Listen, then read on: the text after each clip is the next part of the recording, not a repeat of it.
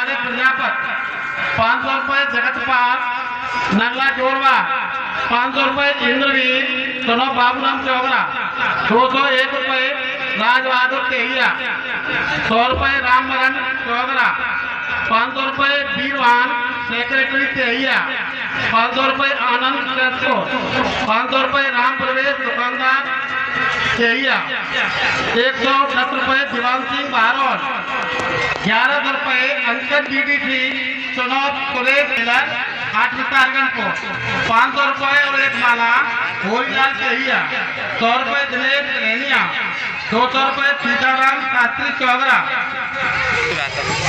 5111 रुपये और 51 किलो पारे तेहिया 251 रुपये, पंडित सतीश चंद्र अर्गन को 100 रुपये, सीताराम बिलेनिया। वो स्वामी शिवानंद महाराज की।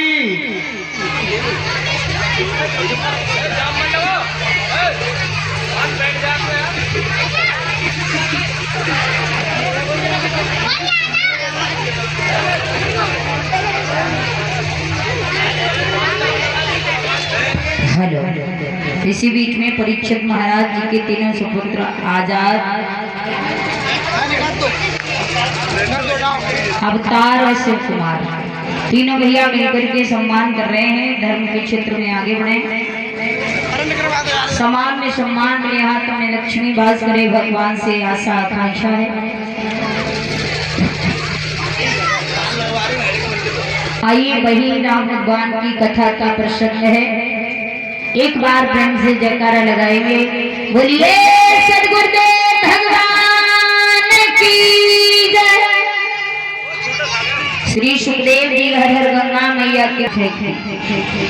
उसके बाद भगवान कन्हैया ने काल्य के द्वारा मुचकुंद के द्वारा जिससे कन्हैया मारा जाए, मंत्री ने कई मारा ऐसा करो कन्हैया मारो जाएगा, तो एक ही उपाय है। कौन सा?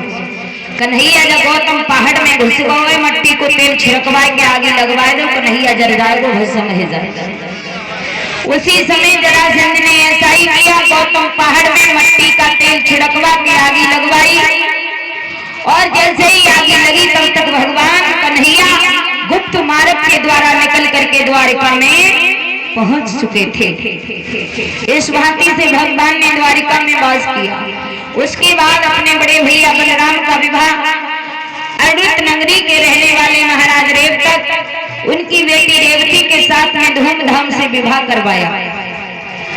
अपने बड़े भैया बलराम का विवाह हो गया, और इधर भगवान ने सोचा कि अब हमें शादी कर लेना चाहिए, क्योंकि भैया की शादी भीष्म की बेटी रुक्मणी के साथ में हुआ।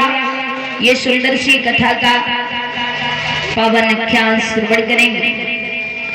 इधर महाराज बताया जाता है, क्योंकि आपने देखा होगा घर में 4 बेटा हो, 1 बेटी हो, 4 बेटों का विवाह कर दो तुम, 1 बेटी का विवाह कर दो, वही 4 बेटे तुम्हें बुढ़ापे में रोटी नहीं देंगे, लेकिन 1 बेटी ससुराल जाने के बाद भी माता पिता का ख्याल रखती है।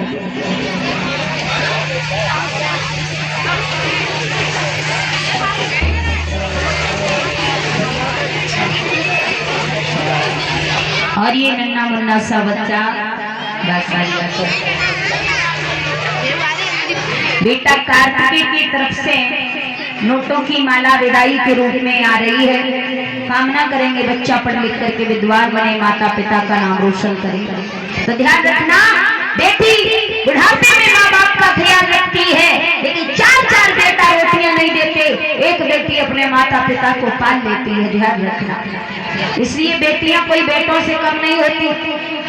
और कुछ तो मैया बहना सोच रही होंगी ऐसी कोई बात नहीं है बेटिया, हमारे घर में 6-7 रोटियां हैं, तो 6-7 बेटियों में ऐसे ही नहीं कर रही, क्योंकि हम और आप इतने भी कहाँ ईमानदार हैं जो ऐसे ही कर रहे।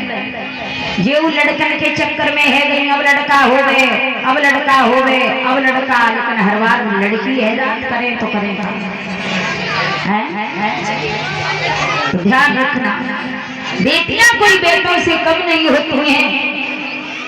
बेटी हमारे घर की लक्ष्मी होती है, तो हर घर में बेटी का होना जरूरी है। आज के जमाने में लोग इतने बड़े ईमानदार हैं, कैसे के जितने बच्चे मारे थे पैदा होने के बाद मारे थे, लेकिन आज के जमाने में इतने कंस हैं जिनकी कोई गलती नहीं, वो पैदा भी नहीं होने देते, पेट में ही मार देते हैं।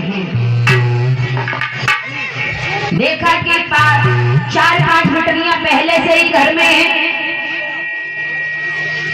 और पेट में आई गई, अल्ट्रासाउंड करवाया, चेकअप करवाया, डॉक्टर ने बताया पेट में बेटी है, तो उस बेटी को मरवा दिया, टुकड़े टुकड़े कटवा करके उसे कचड़े में फेंकवा दिया। क्या यही हमारा धर्म है? तो हम बेटियों को 3-3, 4-4 महीने के होने पर पेट में ही मरवा देते हैं। क्या उस बेटी ने हमारा कुछ बिगाड़ा था जो पेट में पल गई थी?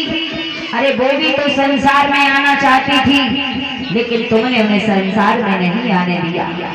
याद रखना, भगवान कहते हैं कि जो बेटियों से प्रेम करता है मैं उन्हें बेटा देता हूँ, जरूर देता हूँ, और जो बेटियों से नफरत करता है उन्हें बेटा तो देता हूँ, लेकिन देने के बाद भी छीन लेता हूँ।